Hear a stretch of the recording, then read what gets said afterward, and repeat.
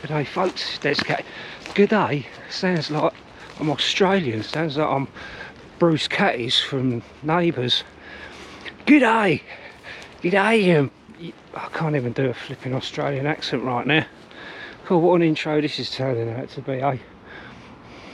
G'day folks, this is Bruce Catties and I'm out today, out in the, come out for a day out in the English countryside. It's a bit wet, a bit drizzly. We're forecast a bit of heavy rain later, but anyway, we're going to get out there, we're going to get stuck in, and we're going to get things done, alright? So, let's go.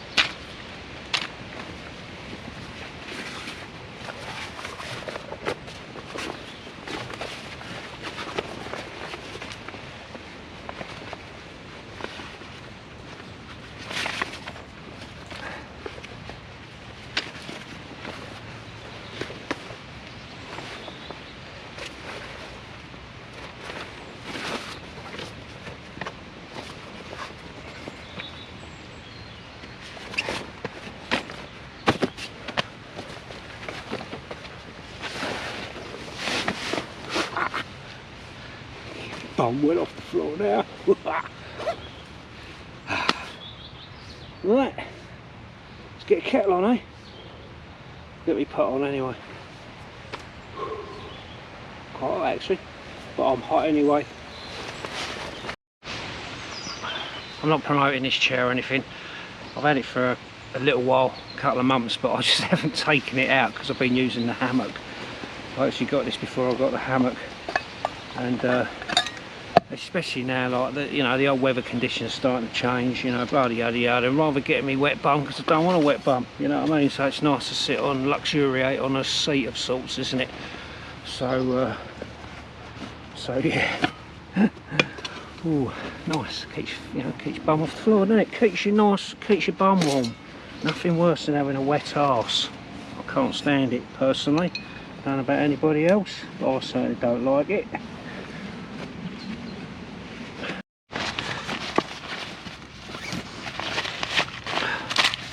Now Mrs. C, the fantastic woman that she is, she picked me up some of these yesterday. Cinnamon dulce lattes. Oh my god, if you like a bit of that kind of thing, then this would be right up your alley. Really nice. I know it's not tea, Barney, alright, it's Darjeeling coffee, alright, even though it says cinnamon dulce latte on the package, it's actually Darjeeling coffee bar.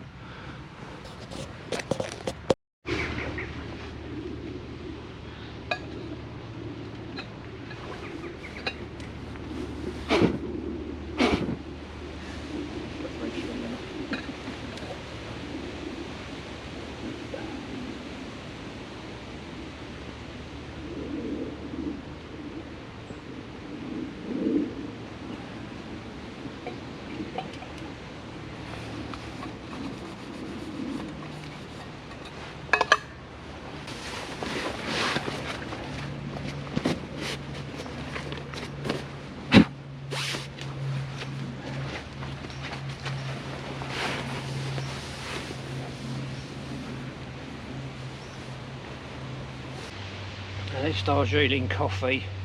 It's almost got sort of hints of Christmas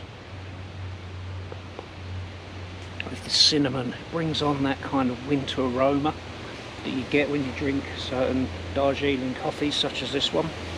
And oh, I can feel it just running down my neck. It just feels so nice, you know, it feels so smooth. And oh yeah, yeah baby, yeah. How juvenile was that, eh? What juvenile.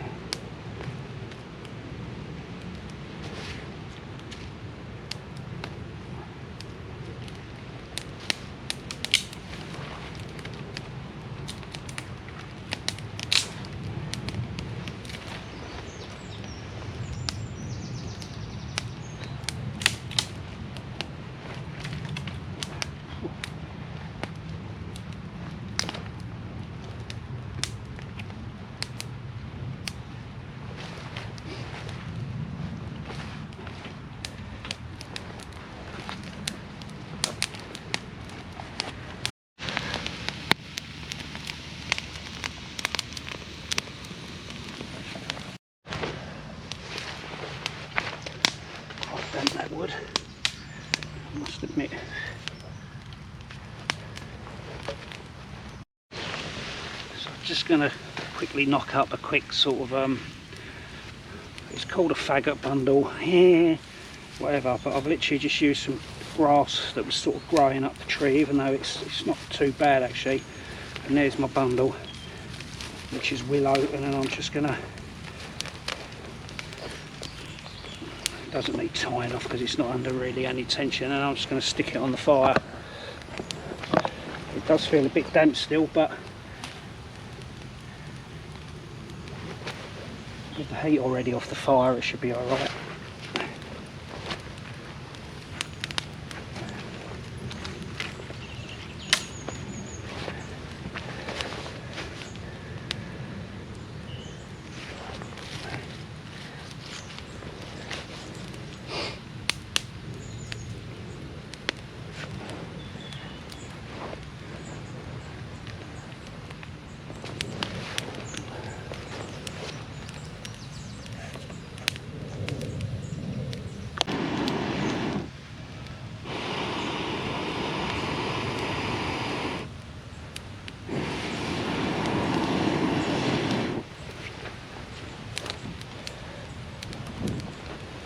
certainly ain't a Morskahansky of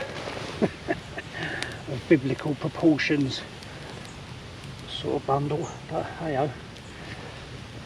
Because that grass is still a bit damp on the outside, even though it's growing up the tree and the wind's getting to it near the bottom. It was a bit windy, it was obviously a bit wet still. But... so I've got myself some willow, just 5 stems of it, and what I'm going to do is make some kind of basket. I'm going to try and mix it up with a bit of the willow, the thinner stems, and then I might use some grass as well. I'll see how it goes. I might sort of make maybe a little fish vase or something like that, fish trap, you know, that's kind of shape. We'll see how we get on anyway. But yeah, that's going to be a little project, I think, for now.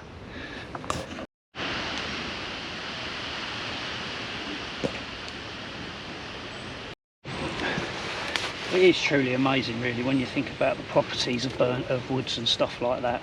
Now when I first started getting this fire going, I used willow, and I was going to use some of the willow thinking it was dry enough to be able to, in the middle, to be able to use it to make feather sticks.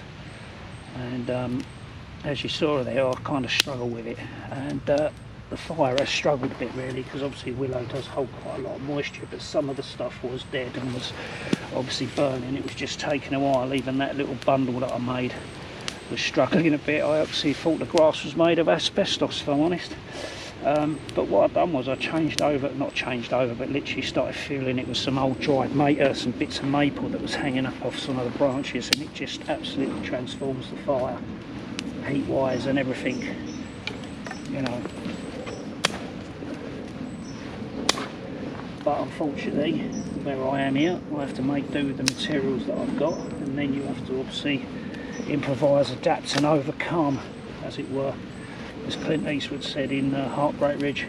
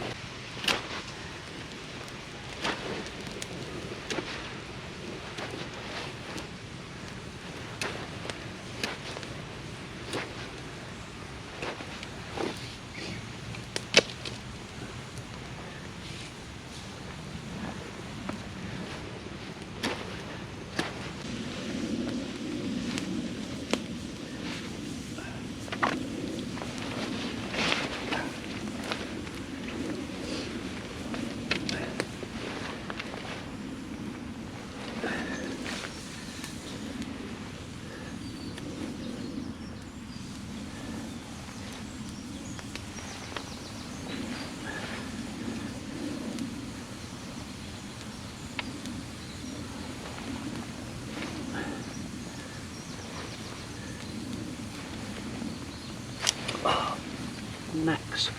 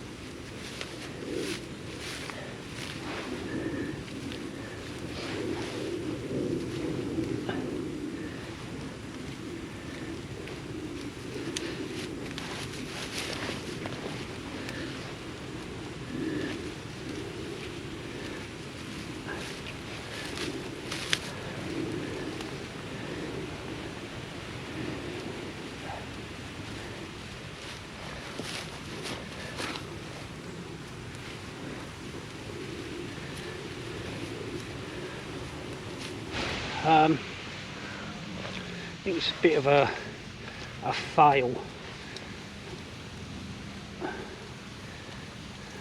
The ground, considering all the rain that we've had, the one thing I've noticed is that the ground isn't great for being able to put these willow wands in the ground. The grass is pretty good, but struggled a bit with actually keeping the shape of it. They kept popping out. This grass is absolutely brilliant, and some of it is the the cleavers, like the goose grass, which is really strong, really pliable, nice and soft. But unfortunately, I'm just struggling. I might have a look at another bit of soft ground somewhere just immediately, see if I can do it again, because I don't really want it to beat me. It'd be nice just to sell it. I literally was going to just make a little basket for putting to use for foraging and stuff like that. So round two then, I found a softer spot over there to put the framework in, and then I've got this bit of willow, I'm tapping it to sort of make it a little bit more pliable.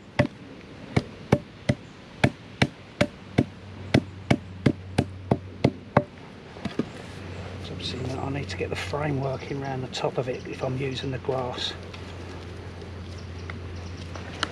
That's a bit better, doesn't it? Right, okay.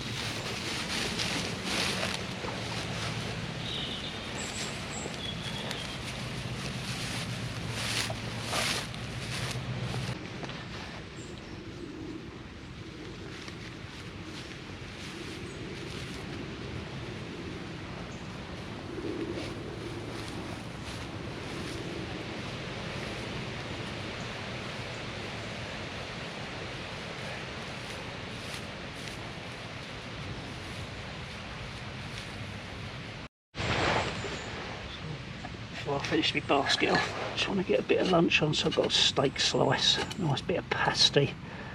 Probably give me heartburn, but worth it.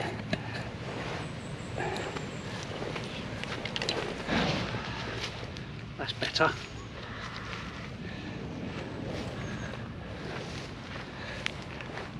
I've tied it off with a tiny bit of number 36 brown line on the bottom there with a jam knot, just to sort of keep it in place, but it's come out better.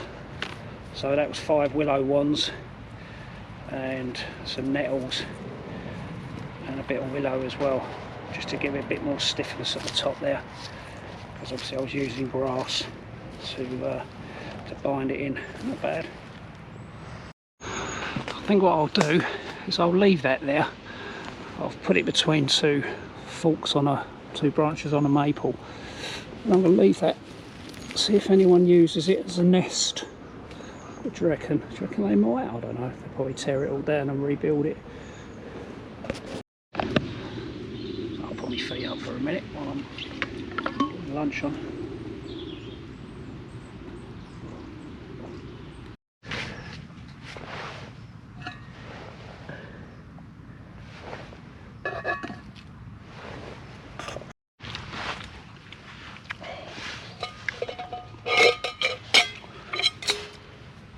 If you ain't seen these, Rough Timber makes them. He's on Instagram, he's got an Etsy shop, Rough Timber. I'll put a link in the description. And basically they're brilliant for doing pasties and pizzas and whatever else you want to do in them. Inside your pot, does them in a various amount. He's the guy that does the tri-pies and all that as well. But